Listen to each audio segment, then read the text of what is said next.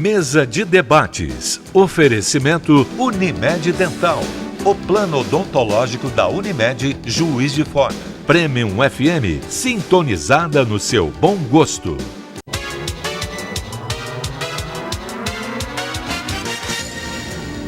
Olá, hoje é terça-feira, 4 de setembro, e está começando mais uma mesa de debates ao vivo aqui pela TV Juiz de Fora. Há 3 anos acontece no país a campanha Setembro Amarelo, que busca conscientizar a sociedade sobre a prevenção do suicídio.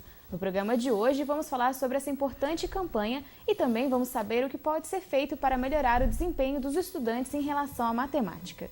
Eu apresento agora os debatedores do programa de hoje. Bom dia, Zé Lúcio. Bom dia, Luciane. Bom dia, Rogério. Prazer em revê-lo. Ilustre colega de bancada. Bom dia, professor. Bom dia, senhoras telespectadoras. Bom dia, senhores telespectadores. 2 temas realmente chamam a atenção, né? Matemática e a questão aí do setembro, né, amarelo, aí, como esse combate e conscientização, né, a taxa de suicídio está sendo elevada, infelizmente, né, e atinge muito aos jovens, né. Obrigada. Também agora o Rogério Pasqualini, seja bem-vindo. Obrigado, Luciane, meu amigo Zé. Doutor Marco, a gente vai falar de matemática, uma coisa bem quase não é mistificada, bem simples, todo mundo gosta e tal, bem bacana. E sobre o Setembro Amarelo, e de extrema importância a conscientização de todos que nos prestigiarem com a sua audiência hoje, né? Apresento agora o nosso convidado de hoje, professor Marco Este, seja bem-vindo. Bom dia, obrigado, Luciana, prazer em conhecer, José Lúcio, Rogério, é um prazer estar aqui, primeira vez, e aí acho que são 2 temas bem interessantes para a gente conversar. Ainda está faltando a Elisângela, que está um pouquinho atrasada, daqui a pouco a gente vai apresentar ela quando ela chegar. Cerca de 70% dos estudantes que concluíram o ensino médio no país apresentaram resultados considerados insuficientes em matemática, segundo dados do Sistema Nacional de Avaliação da Educação Básica, aplicado em 2017. Professor Este, vou começar perguntando, o que esses dados indicam sobre a educação no país, essa dificuldade dos estudantes em matemática? Olha, é uma análise bastante complicada de fazer, né? Mas eu acho que são diversos pontos, né? Eu questiono um pouco essa avaliação. Eu participei de algumas correções de questões dessas avaliações e acho que eu particularmente, e assim como alguns grupos de pesquisadores, somos contra avaliações nacionais, principalmente para um país com dimensões iguais ao Brasil, né? Com dimensões territoriais, né? Eu acho que é uma avaliação única para alunos de todas as regiões do Brasil, isso pode ser um dado preocupante. Porque cada região tem a sua especificidade, a sua cultura, né? E nós temos diversas, né, dentro do Brasil. Isso acho que é um ponto a ser levantado. O segundo são as próprias metas colocadas, né? Eu questiono se as metas não estão superestimadas. Eu acho que nós estamos numa ascensão. Se a gente pegar o gráfico, por exemplo, do desempenho, mesmo nesses índices, há uma ascensão dos alunos, né? Há uma melhora. Isso também é um outro fato, né? O INEP, o governo coloca uma meta para 2022 que talvez ainda não seja a real para nós, né? Coloca alguns números, né? Dizendo, chegando lá no bicentenário da independência, alguma coisa assim, relacionando alguns dados históricos e buscando alguns valores, né? Claro, independente disso, em comparação com outros países, nós não estamos bem, né? Existem países que investem em educação, que nós sabemos, e que têm valores muito mais altos do que esse. Esse é um dos fatos. Muito bem colocado a questão da regionalização da prova. Realmente, se houver uma iniciativa nesse segmento, está de parabéns. Também concordo, acho que é o caso. Quanto à comparação com outros países, me preocupa um pouco, porque assim, como comparar um país com basicamente 30 e poucos anos não de democracia, mas vou falar de civilização mesmo, uma coisa que começou há muito pouco tempo para a gente. Comparar com países europeus ou países americanos, uma coisa mais que já tem muito mais anos de pesquisa. Claro que a gente dá uma olhada no material antes de vir para cá, E me parece que essa evolução está acontecendo. A gente é de uma época em que o professor batia na gente com reguado, jogava giz e tal, e a gente aprendia. Isso não me transformou em bandido, não me transformou num coitadinho, não me transformou em nada. Transformou numa pessoa que, ao fazer contabilidade, fazia cálculos gigantescos de cabeça. Por que eu estou trazendo isso? É levado em consideração em algum momento que a tecnologia pode estar atrapalhando o desenvolvimento do aluno na questão de preguiça de raciocínio? E a gente vai falar de raciocínio daqui a pouco, né? Uhum. Posso responder? Olha, é uma área que me encanta e uma das minhas áreas de pesquisa, né? Não, eu sou contra essa visão de que a tecnologia ela atrapalha o ensino. Eu acho que a sala de aula ela não é uma bolha, né?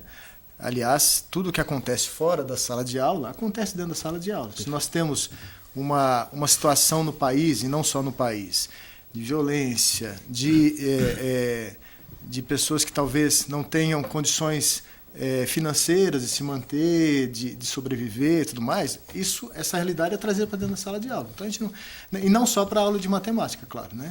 É para dentro da escola. Então, a escola não é uma bolha em que tudo dá certo e lá fora dá errado, né?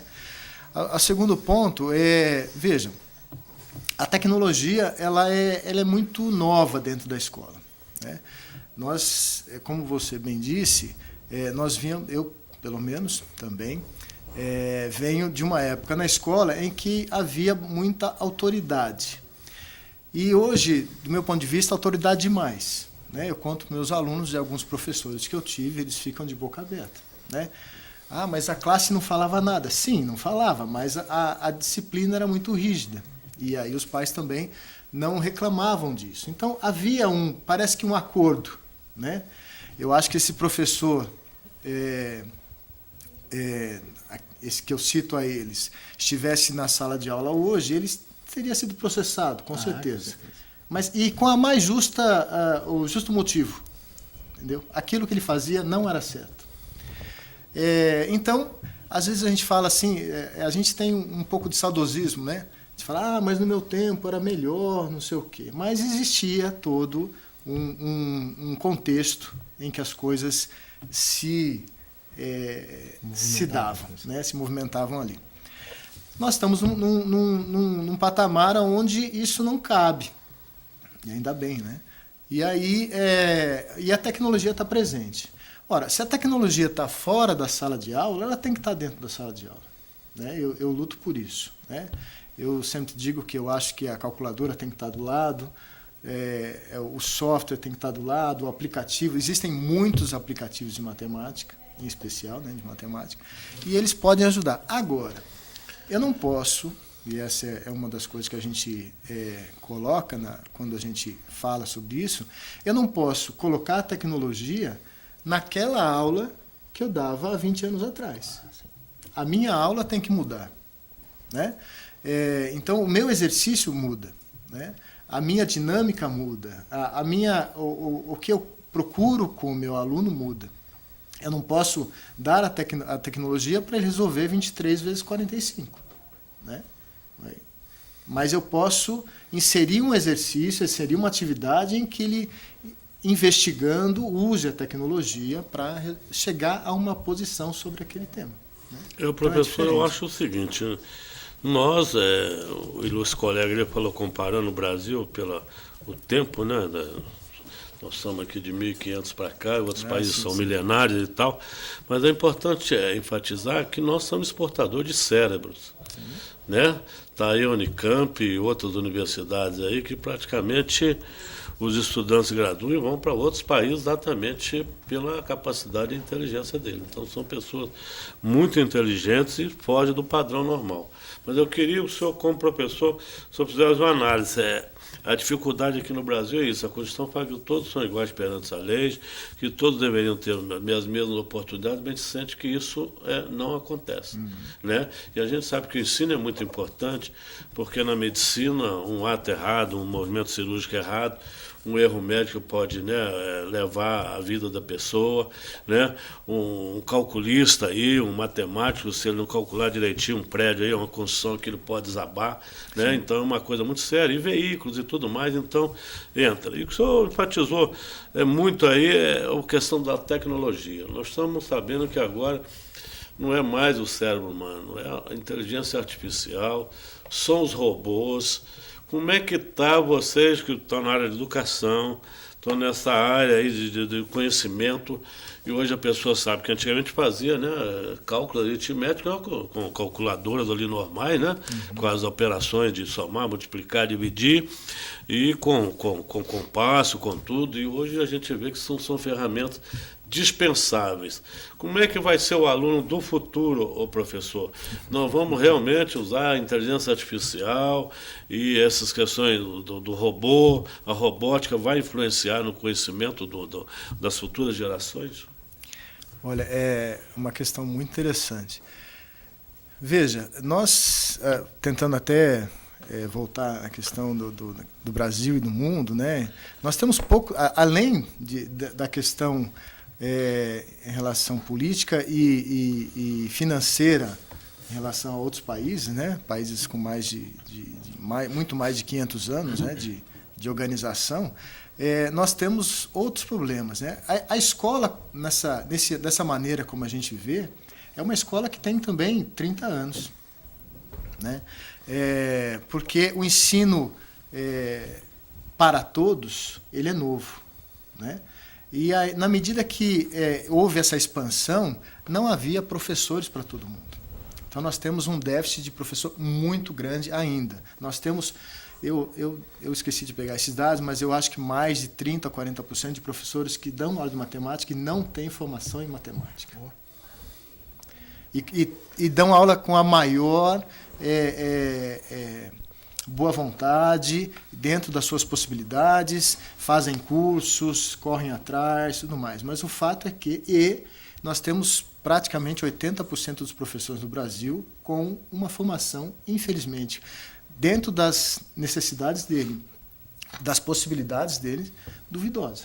No sentido de que não puderam ter um curso onde tivesse contato com materiais novos, com discussões novas e tudo mais. Então, esse professor hoje que está em sala de aula, que dá 40 horas, que tem um salário baixo, que tem que se deslocar muito para a escola toda, que tem toda essa dificuldade, que não tem tempo para preparar a aula, também tem uma formação que é a que foi dada a ele.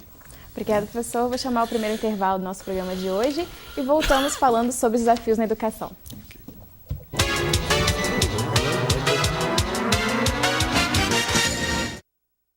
Voltamos com a mesa de debates ao vivo aqui pela TV Juiz de Fora. Professor Escher, eu gostaria de saber do senhor sobre a questão do raciocínio lógico. Hoje em dia se ensina muito fórmulas, os alunos decoram as fórmulas, mas não entendem o conceito. Nas provas, nos exames, hoje em dia tem uma dificuldade dos alunos em relação ao raciocínio lógico. O que poderia ser feito para melhorar isso? Eu vou iniciar com uma das coisas que eu até anotei aqui para lembrar, de uma frase de um professor, foi professor meu e ainda atuante na área de educação matemática. O professor Bertrand D'Ambrosio, ele disse que a matemática dói. E ele disse que dói porque ela é desinteressante, obsoleta e inútil. Né? Então, que não é a matemática, mas é a matemática que está na escola hoje. Né? E essa matemática que está na escola hoje é a mesma matemática que estava há 30, a 40, a 50 anos atrás. Então, ela tem um molde, né? Ela tem incrustada nela uma maneira de se trabalhar dentro da sala de aula que não é a maneira que os novos tempos talvez estejam pedindo, solicitando a gente. Então, quando a gente fala do uso de tecnologia, é uma maneira de talvez perverter essa ordem, né? Modificar essa ordem vigente para que isso possa se dar de uma maneira diferente, em que ele vá buscar uma resolução do exercício, um resultado, mas não imediato, né? Não uma resolução de um algoritmo apenas. Né? Eu lembro, por exemplo, o algoritmo da divisão é um algoritmo que tem muita dificuldade no aprendizado, né? Algumas questões de matemática elas se transformam em obstáculos, né? Na medida em que são inseridos. E o algoritmo da divisão, ele nada mais é que um algoritmo. Você está falando da área de mecatrônica, nada mais é que um algoritmo. Saber fazer o algoritmo não significa saber dividir. Né? Saber fazer o algoritmo é diferente de saber o que é uma divisão e entender a divisão. Assim como o da multiplicação, assim como tinha há anos atrás o da raiz quadrada, tudo mais. Hoje a tecnologia faz o algoritmo pela gente. E fazer o algoritmo não significa deixar de pensar sobre matemática. Isso é importante. Né? Não, pode concluir. E aí, eu acho que, na medida em que se alteram essas práticas, outras práticas têm que ser inseridas. Né?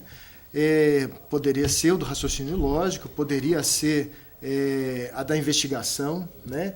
Nós temos outras linhas de pesquisa, como a resolução de problemas, onde eu trabalho o texto e vou buscar um resultado. Quer dizer, não é mais aquele imediatismo de saber quanto é tanto vezes tanto. Não que a pessoa que saiba rapidamente resolver uma multiplicação, assim como a gente vê alguns concursos até, né, de pessoas que fazem de cabeça, não sei o quê, não é esse a discussão de algumas pessoas que gostam de fazer um cálculo mental. Não é essa. Mas de que você trabalhe a matemática de maneira a buscar outros conceitos e outras práticas. Claro que, como você estava me alertando, esse outro tipo de prática requer tempo. Né? Eu não posso, às vezes, falar assim, pense sobre isso e eu vou te dar 1 minuto. Né? Isso altera a dinâmica da aula. E altera também a questão do cumprimento dos currículos e tudo mais. A grande diferença é eu tenho que fazer uma escolha. Né? Eu quero aprender matemática, eu quero aprender e saber usar alguns conceitos, ou eu quero passar por alguns conceitos. Acho que essa é a grande diferença. Não o conhecia e estou aqui maravilhado com a sua... Realmente, porque a gente trabalha indiretamente com educação, a gente dá aula em cursos técnicos e tal, então a gente passa por umas dificuldades na sala de aula também. E a frase, os 3 pontos aí apontados na sua leitura por um professor anterior aqui, dói... Desinteressante, obsoleta e inútil. Desinteressante, obsoleta... Inútil. Pois é. Ela vai simplesmente de encontro, mas não para dar mão, né? Ela vai de choque ao que os neurocientistas têm trazido para a educação, que o adolescente, e aí a gente está falando, né, para a tenridade que está começando, que ele gosta de novidade, variedade e desafio crescente. O desafio crescente a matemática dá, sem dúvida nenhuma. E trazer tudo isso para esse mundo novo, para essa coisa nova, deve ser um desafio assim, né, extraordinário, porque a gente está falando aqui que é uma coisa que vai muito além. Ela vai lá no menino mais novo, lá ele vai ficar, menino burro, não consegue matemática. A gente escutava muito isso, né? Uhum. O fato de eu não saber matemática não me transforma em uma pessoa mais burra, né? Claro. Nós temos tido algumas experiências interessantes, né? Eu trabalho na universidade e há pouco tempo começamos alguns projetos, e um deles nós nos aproximamos muito do Centro de Ciências, cujo diretor é o professor Eloy, e que faz um trabalho bem interessante desse contato da criança com a ciência, né? Manipular, química, física, existem alguns museus lá, convido todos a conhecer o Centro de Ciências lá na universidade, né? Um lugar muito interessante. E dentro do Centro de Ciências nós montamos um laboratório de educação matemática. E nesse laboratório nós praticamos a matemática ali dentro, atividades com matemática para as escolas, mas também nós temos alguns objetos, né, que podem ou não estar mais ligados à matemática. E a gente tem tido algumas experiências muito interessantes de pessoas que, como você disse, a frase é: eu não gosto de matemática, né, eu não sei, eu sou burro, não sei o quê, mas que ali está manuseando algum objeto e pensando sobre, e deixando o celular, o WhatsApp de lado e tudo mais, e passando alguns momentos ali. Então é muito interessante. O outro desafio que você coloca, Zé, é como colocar isso tudo na sala de aula, né?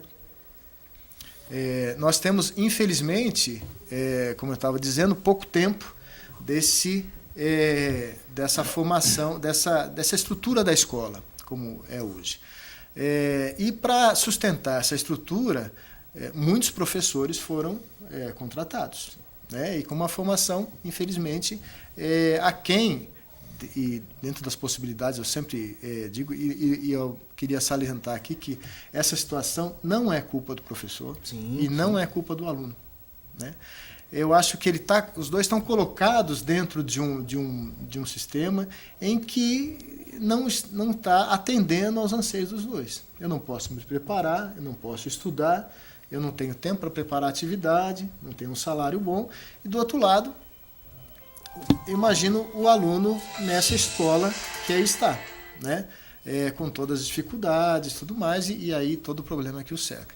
Então, nesse quadro em que os professores também, quando a gente estava falando do professor de um outro tempo que era um pouco mais autoritário, o que o professor faz na sua sala de aula hoje, na maioria das vezes, e com a melhor das boas intenções, é uma reprodução do livro didático, que tem melhorado ao passar do tempo, né? Pelo menos nas últimas comissões, o chamado PNLD, Plano Nacional do Livro Didático, que é distribuído pelo governo já desde 1997, se eu não me engano, e é distribuído para todas as escolas e tudo mais, e aquele, então, é a maneira como ele trabalha, e da melhor com as boas intenções, né? E profissionalismo.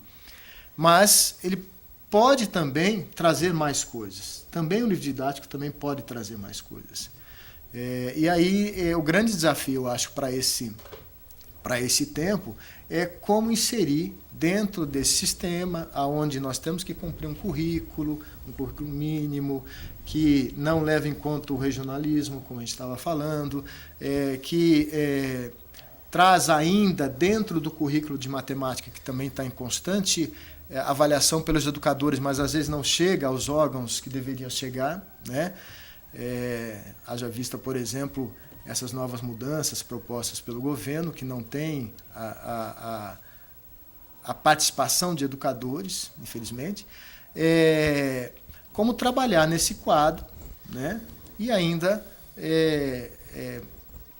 trazer alguma discussão mais nova e que os alunos queiram. Professor, eu acho o seguinte, que realmente tem que mudar, tem que atualizar a disciplina, a metodologia, a didática, tem que realmente mudar. Tem que se tornar a matéria atraente para o aluno, tem que motivar o aluno. Eu estou dizendo pelo senhor que eu tive certa dificuldade em matemática, física e química, confesso, realmente tive muita, porque eu achava, naquela época, que o tempo, a duração da aula, por exemplo, 50 minutos ali, era pequeno. Na hora que eu começava a desenvolver, querendo fazer a prática, encerrava a aula, aí eu parava ali, eu não conseguia aprender. E não tinha um monitor também, acho que além do professor tem que ter um monitor. Isso só é possível você, às vezes, um aprendizado individual, entendeu? Dar uma atenção individual. E a gente vê que as escolas nem sempre têm isso. Você tem ali só para tirar dúvida enquanto o professor está na sala de aula. Mas ele foi embora, acabou. E ele tem um tempo para dar aula, ele tem a carga horária dele, e não é o tempo suficiente. Ele sabe que tem uns, mais é fácil aprender. Colocou lá e já vai. Mas tem uns que não está entendendo, quer perguntar ao professor, mas a aula acabou, ele já tem que ir para outra sala de aula, e ele fica ali, então acaba a motivação dele, e ele acaba não se interessando pela matéria e acaba não aprendendo. Porque eu acho que, inclusive, envolve esse negócio de aprendizagem, professor, a alimentação. Um aluno que sai de casa bem alimentado, ele vai aprender melhor. Aquilo que não alimentou, infelizmente, ele vai ter uma certa deficiência, né? Já tem pela falta de alimentos, dos nutrientes, né? Então, o senhor não acha que esse tempo de aula, alguns monitores, porque aqui a gente sabe que tem, às vezes, professor particular, né? Que tem, mas às vezes o indivíduo não pode pagar o professor particular. Então, nós tínhamos que mudar um pouquinho mais essa atenção ao alunado para que ele possa se dedicar, se motivar mais?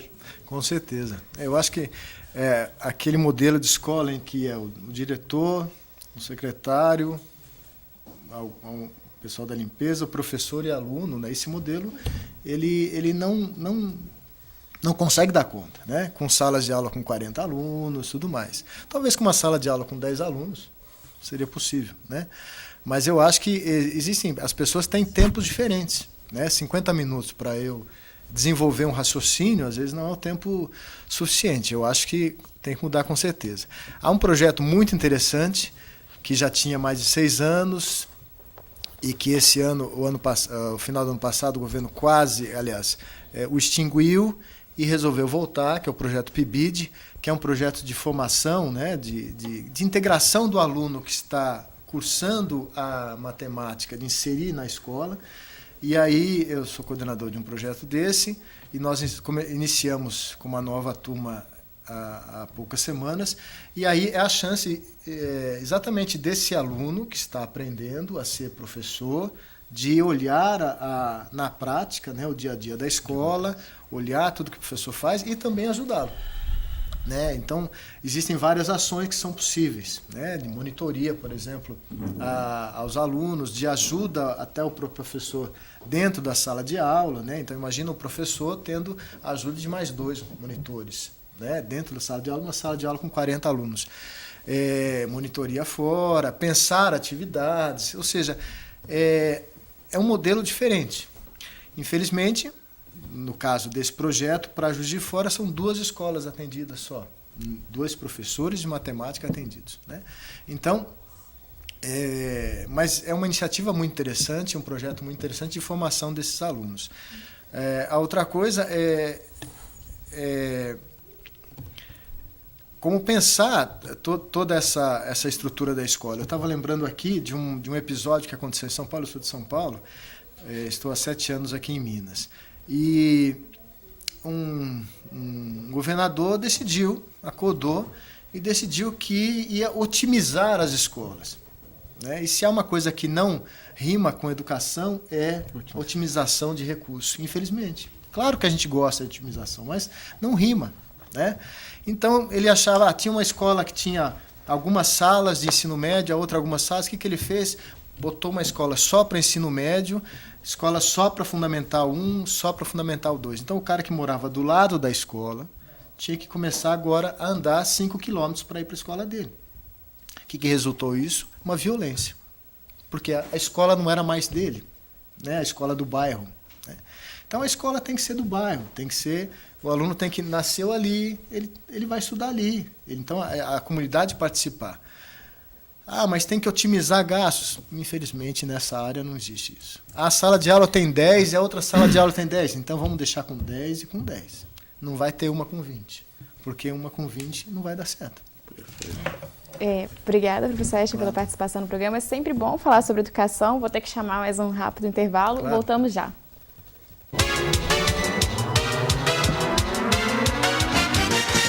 Mesa de debates. Oferecimento Unimed Dental.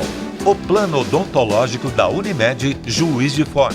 Premium FM, sintonizada no seu bom gosto.